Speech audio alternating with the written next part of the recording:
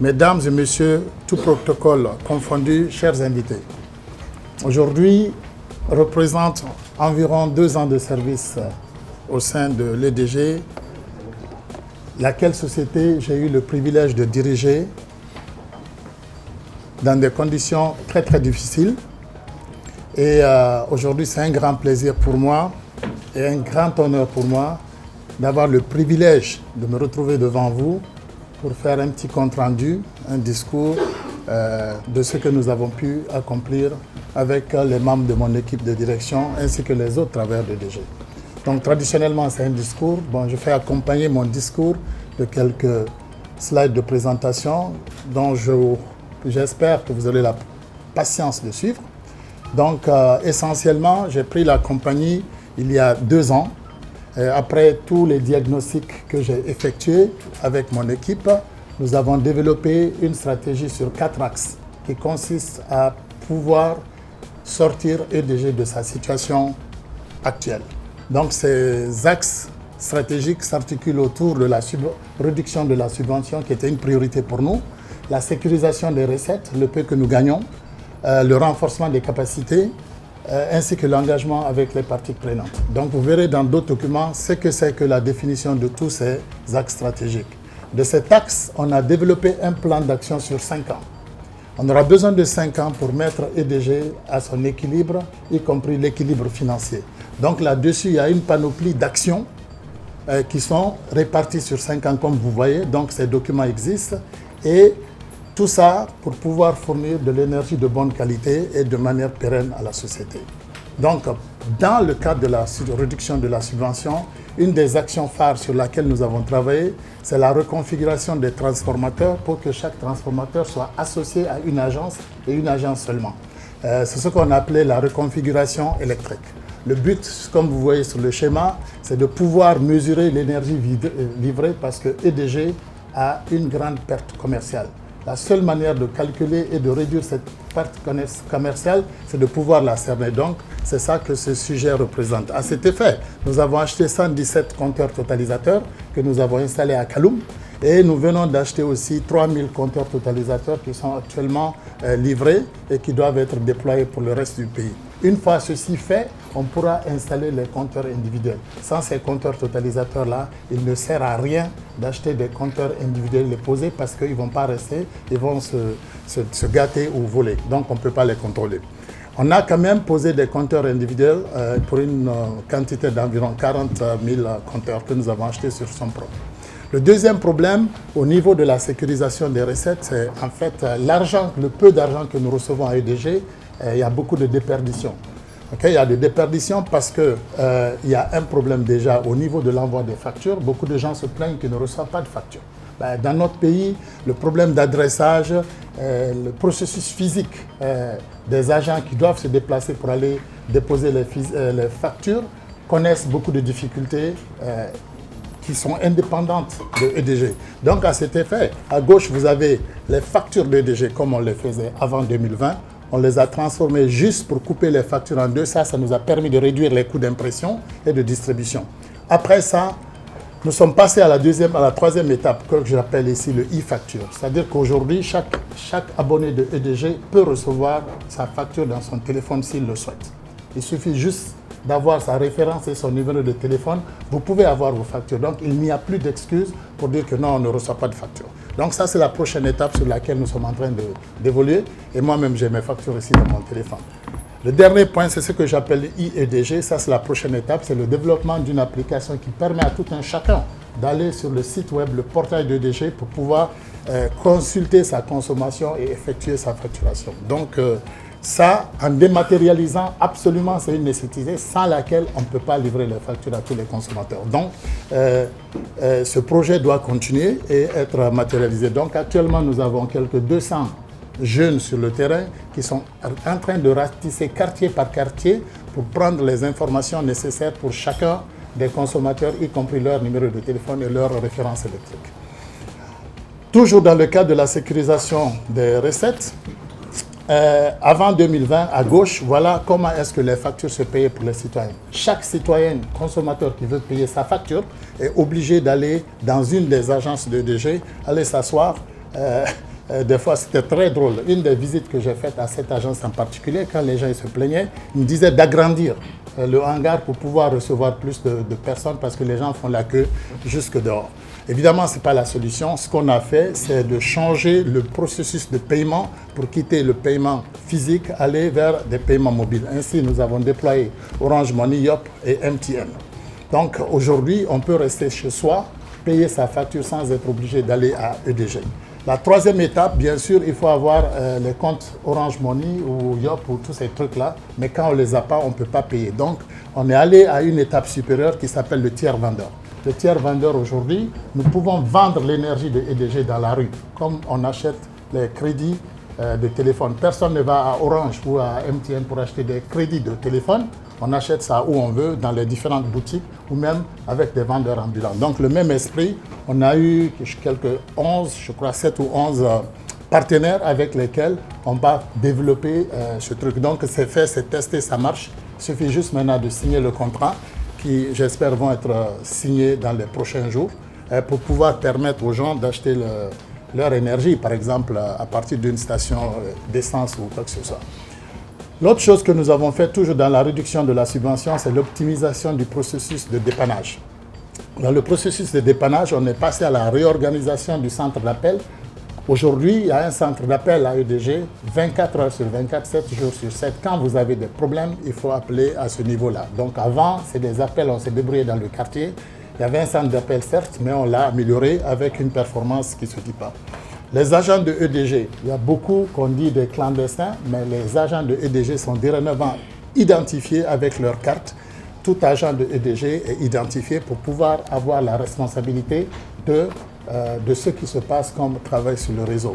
Enfin, on a doté les équipes de dépannage avec des véhicules flambant neufs.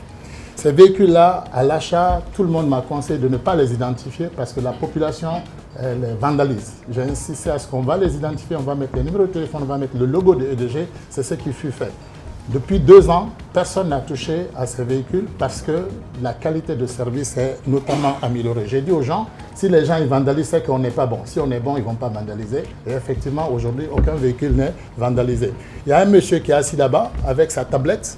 On a dématérialisé ce processus. Aujourd'hui, quand vous avez un problème dans le quartier, vous appelez le centre d'appel, c'est saisi et ça se retrouve directement et automatiquement dans l'iPad de l'agent de dépannage. Donc, il peut être n'importe où dans le quartier, il a accès à l'information, il va aller faire le dépannage. C'est ce qui explique l'amélioration de la qualité de service. À ce niveau aussi, au niveau des carburants, nous avons fermé le centre de carburant ici. Il y avait un seul centre qui alimentait tout Conakry, tout Conakry. Donc quelqu'un qui devait dépanner, enfin les équipes de dépannage quittaient Kountia ou bien Doubreka pour venir jusqu'à Koléa ici, pour venir se servir de 50 km. Là, on a dématérialisé tout ça aujourd'hui. C'est des cartes que les gens ont, ils peuvent se servir où ils sont pour pouvoir mieux faire leur stock.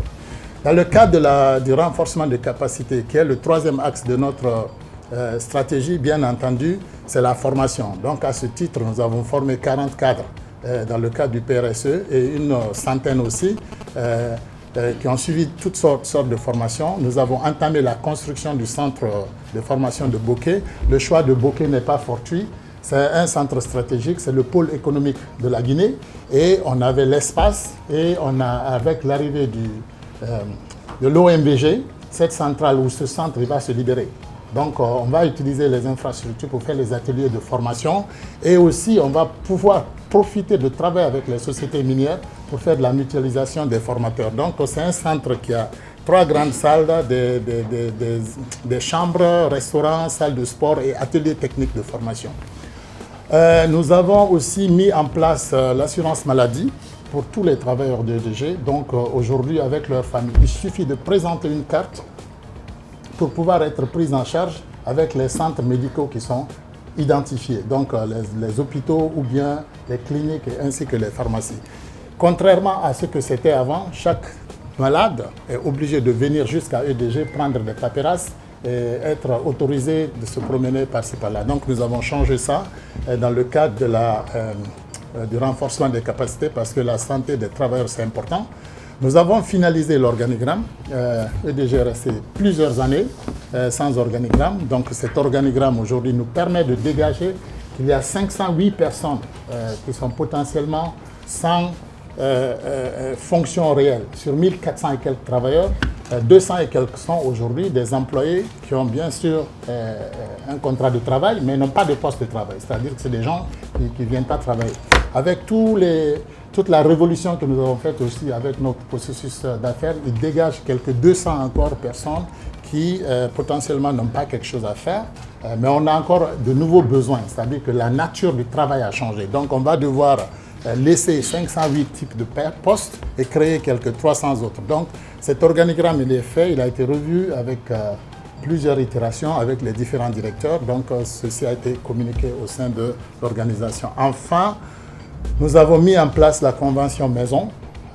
Après beaucoup de travail avec les différents directeurs et le bon travail du syndicat, on s'est mis d'accord sur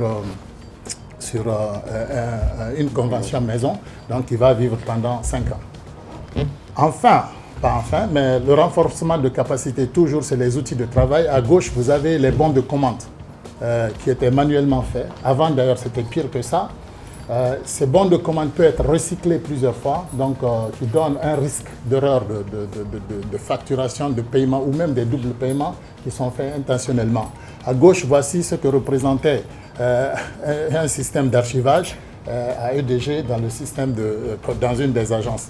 On a quitté ça pour venir sur ce que vous avez à droite. Ici, j'ai la liste des bons de commande qui sont maintenant accessibles à travers un ordinateur ou bien un iPad. Donc avant, pour un DG ou en tout cas un responsable pour signer des bons de commande, il faut physiquement se transporter au bureau ou bien faire transporter des documents là où vous êtes. Donc aujourd'hui, c'est du passé.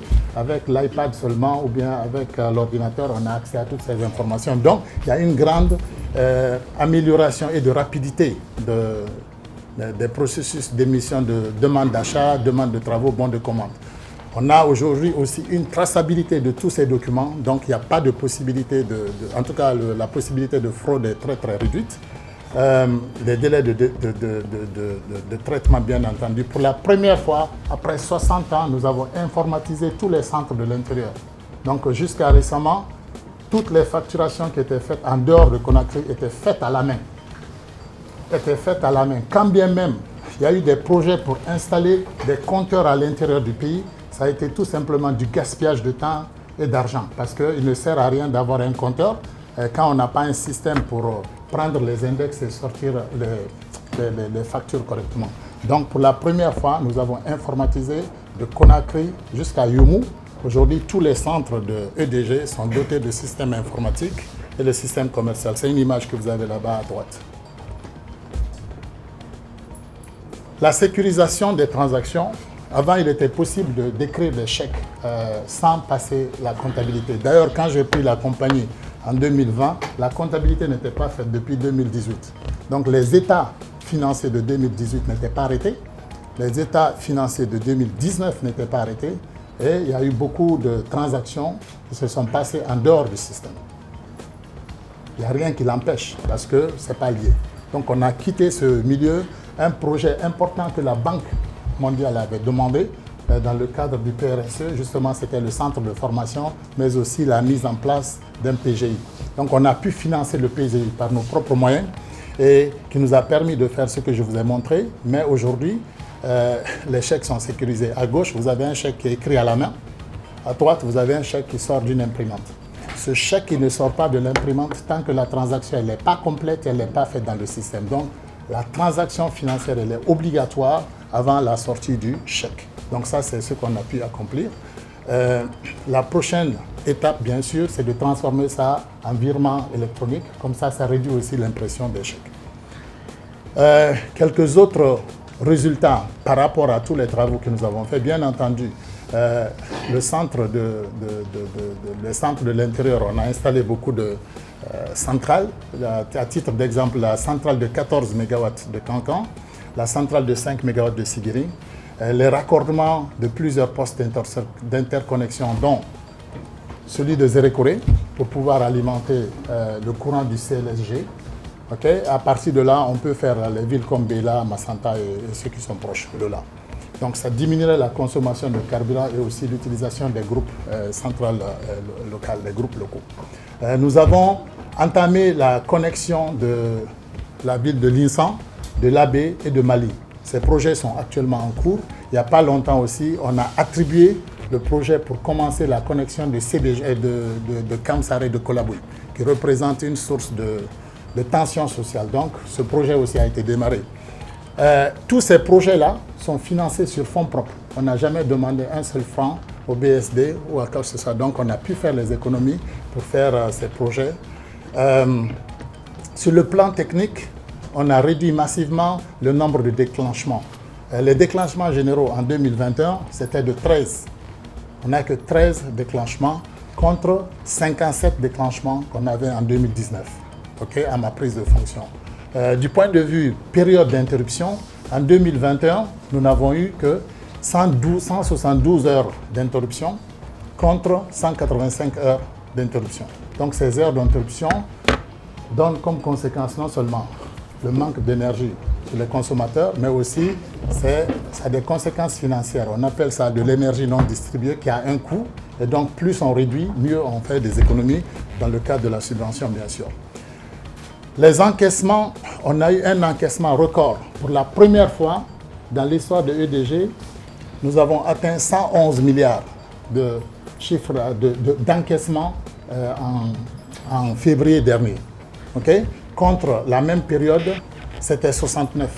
Donc on a quitté 69 milliards pour atteindre 111 milliards. Grâce à nos processus financiers, grâce à la sécurisation avec les outils de paiement, avec le logiciel, avec l'informatisation des centres de l'intérieur, donc on a pu mettre la main sur une ressource importante de recettes.